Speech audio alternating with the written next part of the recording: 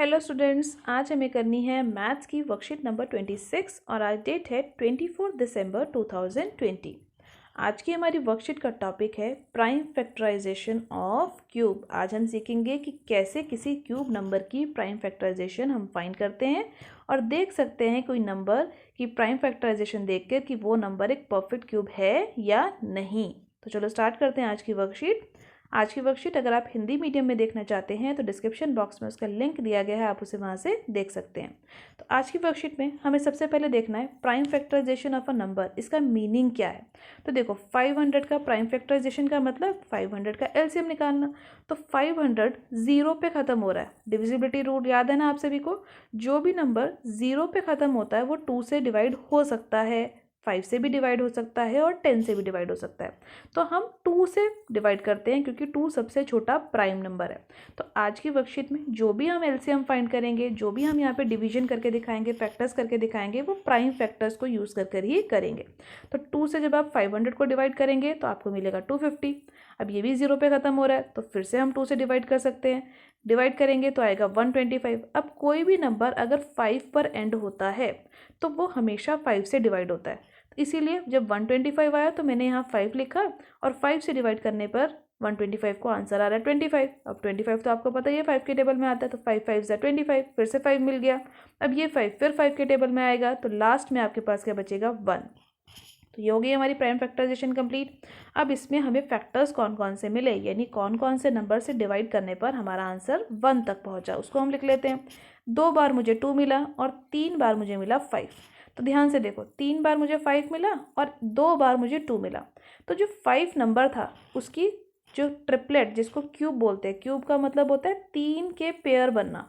तो square root में जब आपने करा था, याद है ना आपको, जब आपने स्क्वायर एंड स्क्वायर रूट वाला चैप्टर करा तो स्क्वायर में पेयरिंग कितनी होती थी, 2 का पेयर बनता था।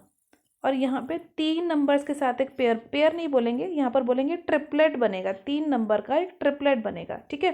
तो जहाँ पर 3 नंबर के सेट बन जाएंगे, देखो 5 का 3 नंबर्स का सेट बन रहा है ना यहाँ पे, लेकिन 2 का नहीं बन रहा। अगर 2 का भी सेट बन जाता 3 नंबर का तो जो ये नंबर होता है ना, ये एक परफेक्ट क्यूब नंबर होता, लेकिन यहाँ नहीं बन रहा, तो ये एक परफेक्ट क्यूब नंबर नहीं है। तो अब देखते हैं आगे की डिस्कशन हमारी वर्कशीट में क्या दे रखी है। तो देखो आगे की वर्कशीट में हमें क्या बोला हुआ है, Chintu and Pintu are good friends and they are studying in class 8th.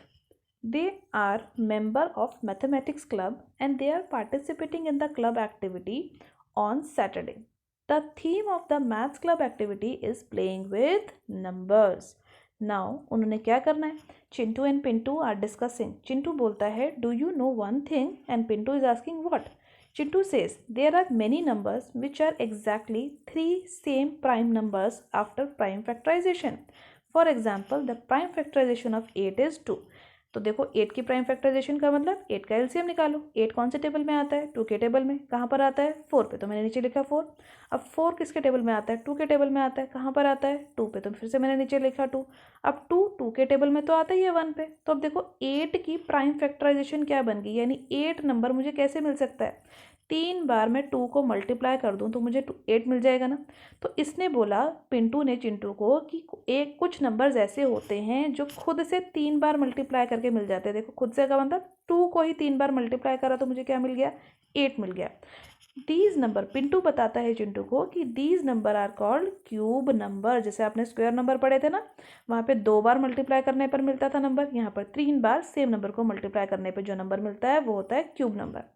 Chintu, is it necessary that the number having same kind of prime numbers after prime factorization of a number.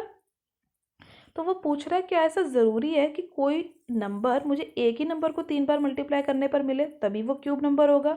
तो चिंटू जवाब देता है no, after prime factorisation of a number all the prime factor should comprise a group of 3।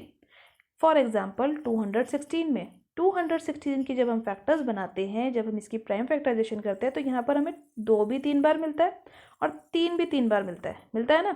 तो इसीलिए 2 and 3 दोनों ही prime number हैं और दोनों ही 3 3 के ग्रुप में आ रहे हैं।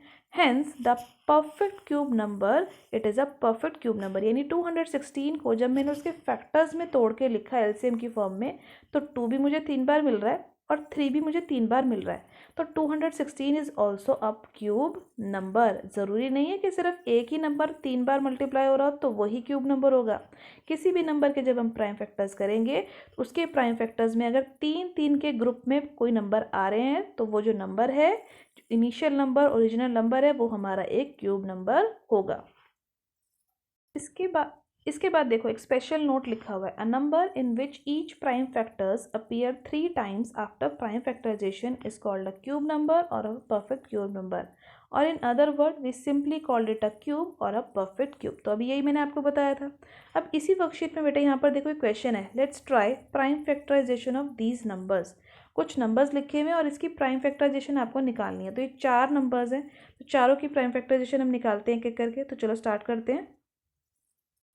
तो चलो देखो फर्स्ट नंबर हमारे यहाँ पे क्या था, 3325 यानी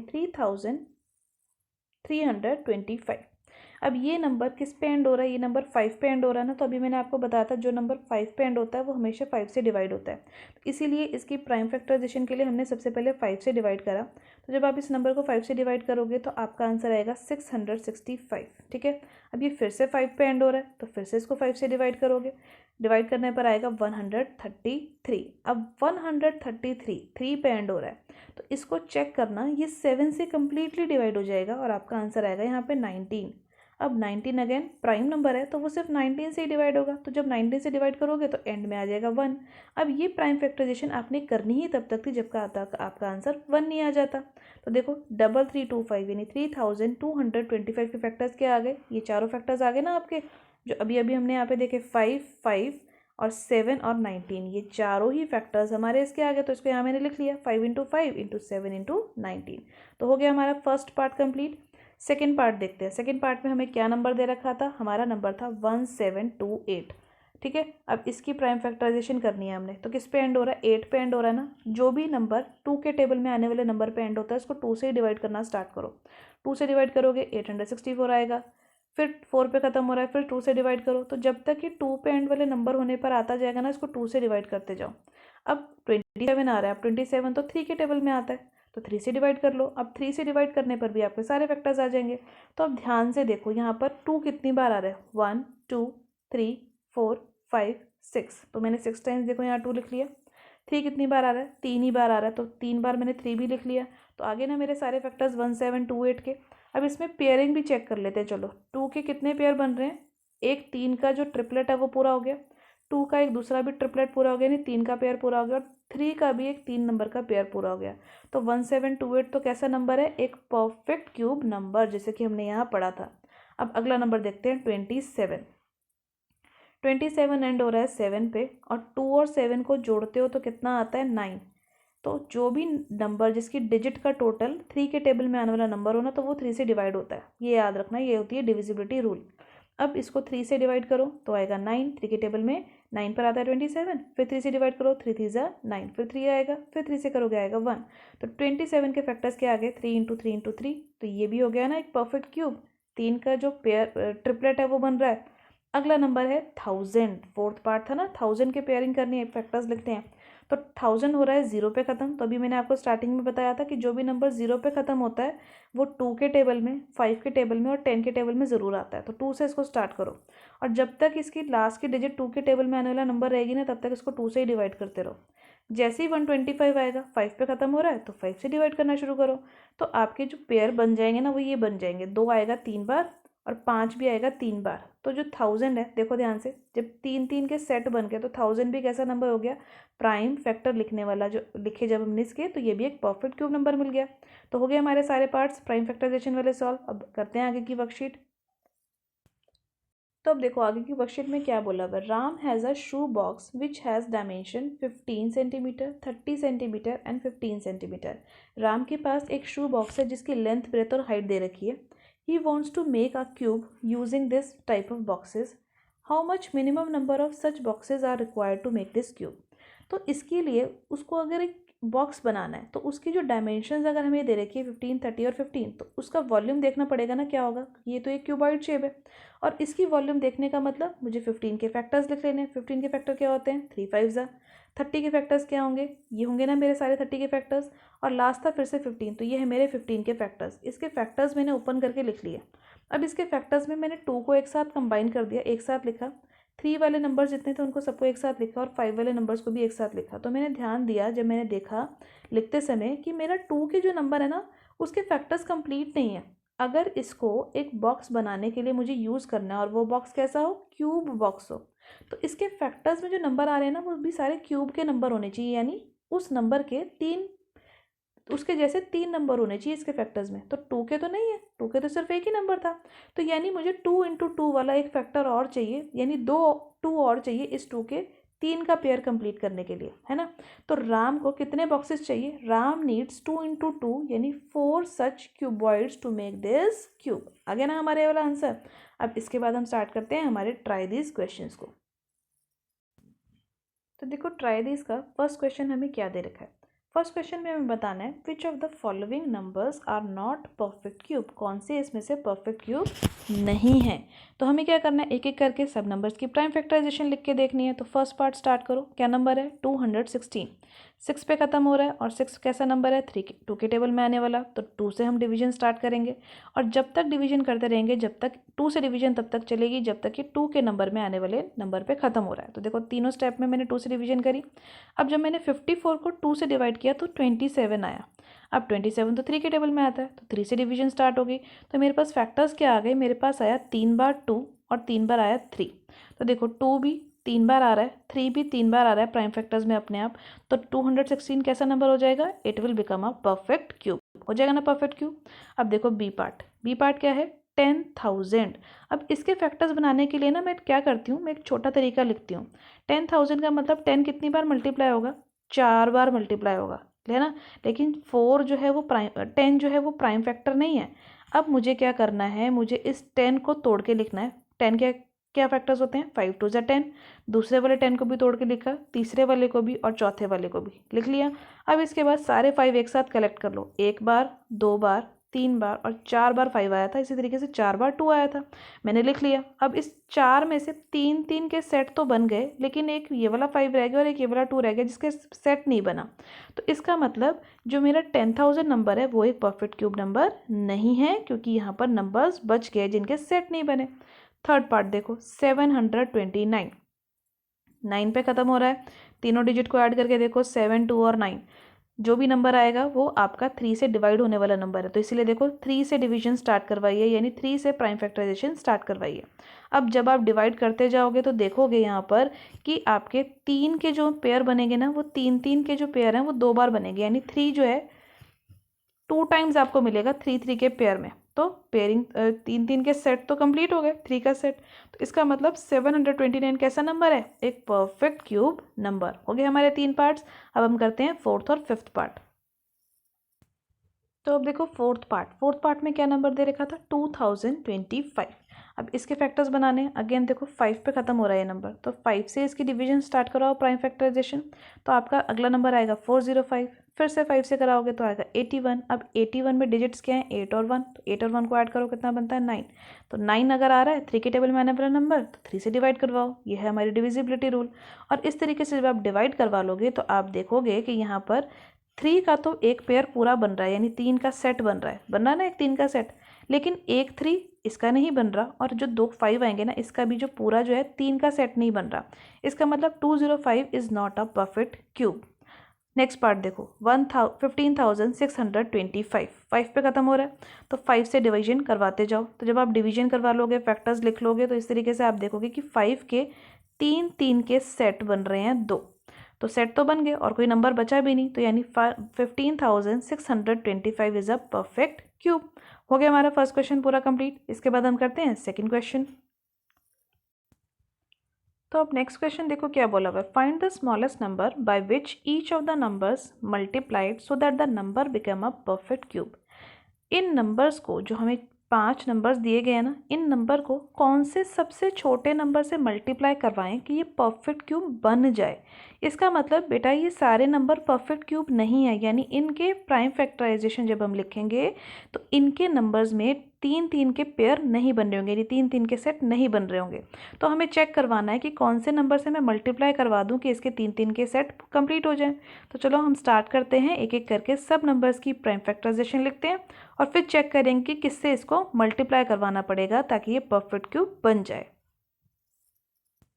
तो देखो फर्स्ट पार्ट था हमारा 243। तो 243 के लिए ना मैंने प्राइम फैक्टर्स लिखवाए, 3 से डिवाइड करवाया पहले तो आया 81, फिर 3 से डिवाइड कराया तो 27, फिर 9, फिर 3। तो जब तक 1 नहीं आया ना तब तक मैं इसको करती रही। अब मैंने देखा कि इसमें 3 के जो पेयर है ना, एक सेट तो बन गया, लेकिन दूसरा सेट बनाने के लिए मेरे पास 2 ही 3 है। अगर मुझे एक 3 और मिल जाए तो मेरे ये सेट कंप्लीट हो जाएगा। तो यहाँ देखो मैंने लिख लिया कि there are only 2 3 in the prime factorization, so we need 1 more 3 to make it a perfect cube. तो स्मॉलेस्ट नंबर रिक्वायर्ड जिससे मुझे मल्टीप्लिकेशन करवानी है वो एक ही तो 3 बचा, तो smallest number required will B this 3। हो गया हमारा फर्स्ट क्वेश्चन पूरा। अब इसके बाद देखो सेकेंड पार्ट क्या है। सेकेंड पार्ट में था मेरा नंबर 72। इसके भी मैंने सारे फैक्टर्स लिखे, 2 पे ख़त्म हो रहा है तो 2 से स्टार्ट करिए इसकी डिवीजन। तो जब मैंने इसके फैक्टर्स लिखे ना तो मैंने देखा कि मेरा 2 के तो पेयर कंप्लीट बन रहा है, लेकिन 3 का सेट कंप्लीट बन रहा है, लेकिन 3 का नहीं बन रहा है। यहाँ पे सिर्फ 2 आ रहे हैं 3। अगर एक 3 और आ जाए तो इसका पेयर कंप्लीट हो जाएगा ना, 3 का सेट कंप्लीट हो जाएगा। सो मैं लिखूंगी there are only 2 3s in the prime factorization, so we need 1 more 3 to make it a perfect cube and smallest number required, यानी सबसे छोटा नंबर जिससे मैं मल्टीप्लाई कर दूं तो ये परफेक्ट क्यूब बन जाएगा। वो कौन सा नंबर है? 3, क्योंकि एक 3 और ले आएंगे तो इस 3 का भी पेयर कंप्लीट हो जाएगा। तो हो गया सेकेंड पार्ट। अब हम देखते हैं थर्ड पार्ट। तो देखो थर्ड पार्ट में हमें क्या नंबर दे रखा है, हमें नंबर दे रखा है 1188। अब 2 के टेबल में आने वाले नंबर पे नंबर फिनिश हो रहा है 8 पे, तो इसलिए मैंने 2 से डिवीजन स्टार्ट कराई, 2 से प्राइम फैक्टराइजेशन स्टार्ट कराई। फिर 594 मिला, फिर 594 को 2 से डिवाइड कराया तो मिला 297। अब इसके तीनों डिजिट को ऐड करके देखा 2, 9 और 7 को, तो वो 3 से डिविजिबल आई, तो इसलिए मैंने इस पूरे नंबर को 3 से डिवाइड कर दिया तो आया 99।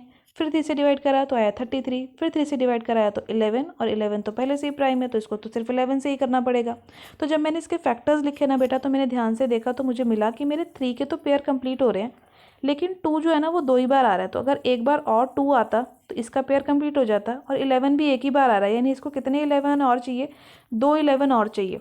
तो देखो मैंने यहाँ लिख दिया there are only 2 2s। 2 2s का मतलब 2 ही 2 लिखे हुए हैं और एक 11 लिखा हुआ है प्राइम फैक्टराइजेशन में। तो मुझे क्या चाहिए? मुझे एक 2 और चाहिए और मुझे 2 बार 11 और चाहिए।